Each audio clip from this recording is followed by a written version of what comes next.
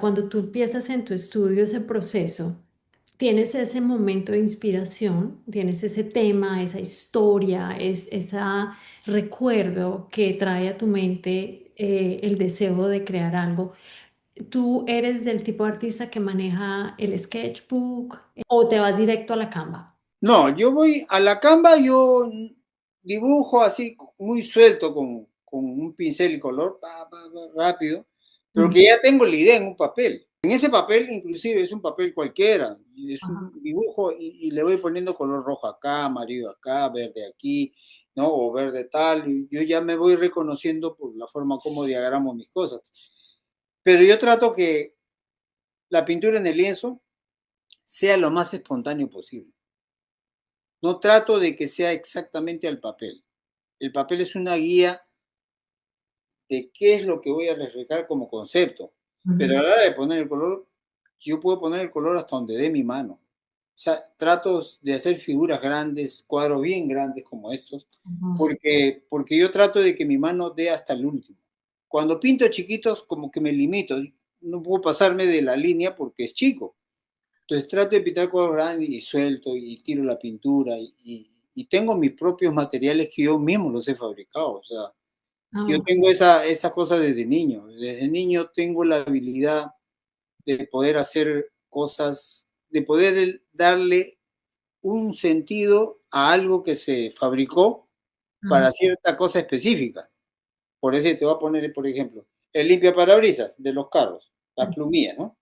Tienen un gebe, ¿ya? Esa goma, yo la corto en rayitas y esas rayas son las que hago en el cuadro. De diferentes rayas, anchas, chiquitas, todo, ¿no? Entonces, Ajá. así como hago eso, tengo esos jebes, gomas que sirven para limpiar las ventanas de los edificios, que son anchas con un palo largo así, que Sí. hacen estas cosas así. Ujú. Esos jebes anchos, yo los he cortado y de hecho he hecho pincel o brochas grandes, pero de jebe. Y, y los he lijado, tengo una lijadora en una máquina que lija, y le saco punta como si fuera una espátula, cosa que se dobla, ¿no? Yo con eso es que pinto, yo no pinto con brocha. Algunas partecitas uso la brocha, qué sé yo, para la primera mano, ¿no? Porque es rápido, pero después los acabados los hago con esos. Y así tengo un montón de cosas que yo invento, que son cosas que yo voy a Hondipo y me paso horas y mirando esto me puede servir para algo que ellos ni siquiera sirven, que le estoy dando diga, oficio, ¿no? Y entonces, de eso siempre me he dedicado de niño, descubrir esas cosas. Me encanta y me ayudas a tener más inspiración. Yo a veces me voy para Home Depot también y empiezo a mirar o a veces me encuentro algo y digo, ay, yo creo que eso me podría servir. Y mi esposo me dice, pero, ¿qué vas a hacer con eso? Y yo, no, es que este palito creo que me sirve para esto. Y él me dice, ay, pero tú sí que guardas cosas pura basura. Y yo digo, no, no, no. Esta basura me puede servir para una textura, me puede hacer, pero me encanta porque, pues, o sea, el saber que tú utilizas todas estas herramientas que no son tradicionales y ver la obra que produces, las texturas, o sea, no, espectacular. Te voy a decir que eso es una característica muy latina. El latino hace mucho eso, Claro. más que los de otros países. Yo me he dado cuenta que el latino Sí, anda sí, buscándole la forma de sacar algo que, provecho a algo que, no, que fue creado para otra cosa, sí, y le sacan provecho. O sea, sí. tú dices, coño, esto sirve para esto. Mira que a mí me pasó una cosa, yo estaba estudiando diseño de modas en Colombia y Ya, tú sabes, son carreras muy costosas por todos los materiales y claro. estaba súper corta de plata, ¿no? Y tenía que hacer un proyecto y yo decía, no, ¿de dónde saco plata? No tengo plata. Y ¿sabes qué hice?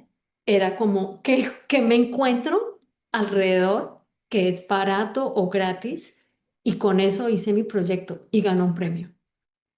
Y era porque, y, o sea, era como, pero ¿por qué utilizaste? Yo utilicé unas rocas que encontraba, unas piedritas en los jardines, unos palitos de no sé qué, bueno, y me decían las compañeras como, ¿y por qué usaste eso? Yo era literalmente porque no tenía plata y necesitaba usar algo chévere que me diera el concepto del diseño. Entonces, sí, yo creo que es algo de pronto muy de uno de nuestros países latinos, Claro. pero...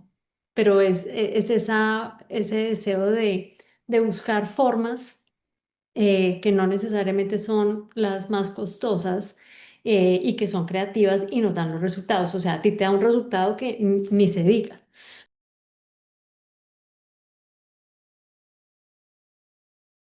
Óleo y acrílico. Ok. Primero acrílico como mancha y después ya óleo.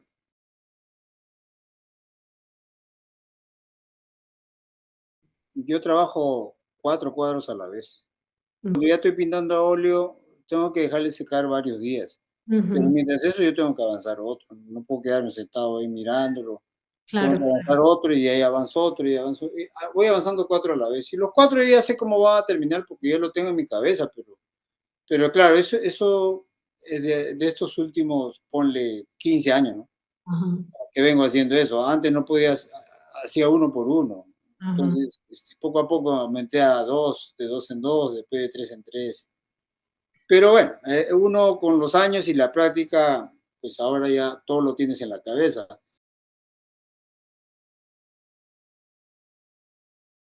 Yo cuando estuve en la escuela estaba haciendo mi tesis que se llama cromoterapia, Ok. que es tratamiento a través del color.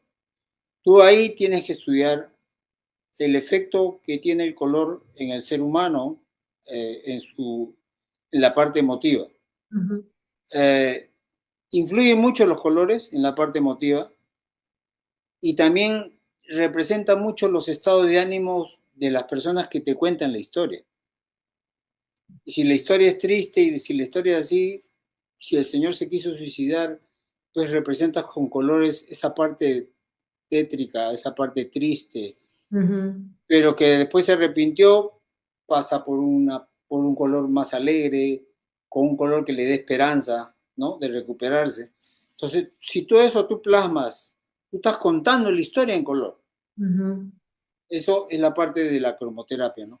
Entonces, como yo estudié mucho eso, me ha servido para aplicar en mi pintura. Yo cuando vine acá, yo tengo que cambiar mi pintura.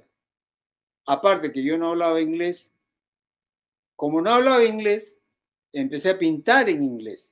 Y pintar en inglés significa conectarse con el público de acá, no el de Perú. Ajá. Es un público diferente. Que él observe lo que está viendo, se le hace conocido.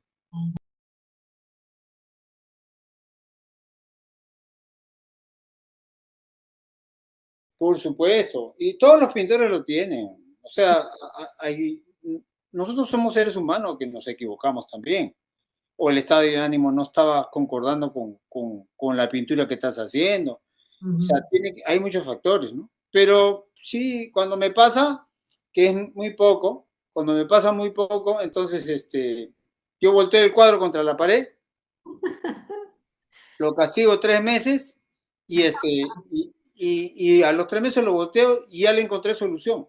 Cuando tú volteas el cuadro y no lo ves, pierdes la noción de lo que pintaste en ese momento porque pasan 3 meses. Ujú. Pero a los 3 meses cuando tú lo volteas, dices, pero por acá puede salir otra cosa, ¿no? Lo rico de esas conversaciones es Claro, hablando con artistas de diferentes técnicas y con diferentes formas de expresión. claro. Pues es compartir con la gente esa parte humana del artista, ese cómo creas, ese cómo te inspiras y cómo un maestro como tú, pues produce estas obras y también tiene días buenos, tiene días malos. Entonces esto por eso es pues tan enriquecedor, ¿no? Y me encanta. Bueno, vamos a la siguiente pregunta es, de pronto ya me la contestaste, pero vamos a hacerla de nuevo y es... Cuando estás creando tu obra, ¿qué viene a tu mente primero? ¿El color, el tema? Primero viene la historia, porque puede ser una imagen que tú vistes en una Ajá, fotografía, puede ser un paisaje que tú viste con ajá. una persona haciendo algo y se te ocurrió, o qué sé yo, un señor haciéndole cruzar la pista a un señor, a un mendigo, qué sé yo. O sea, miles de cosas se le pueden ocurrir en ese momento, ¿no? Ujú. Entonces, una vez que tenga la historia, ya el siguiente paso es color, ¿no?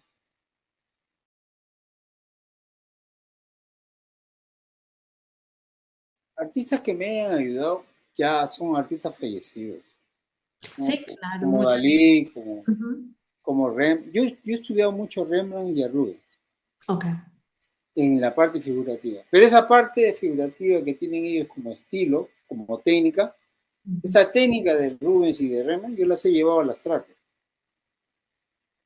Y entonces es una cosa que de repente todo es, pero eso es solamente para figurativo, ¿no? Pero yo lo he logrado llevar al abstracto y me sirve para el abstracto. Ujú. Entonces, por ahí de repente yo me saco provecho, como digo, a cosas que han sido creadas para cierto tipo de cosas y yo le doy otro sentido. Ujú. Entonces, ese por un lado, ¿no?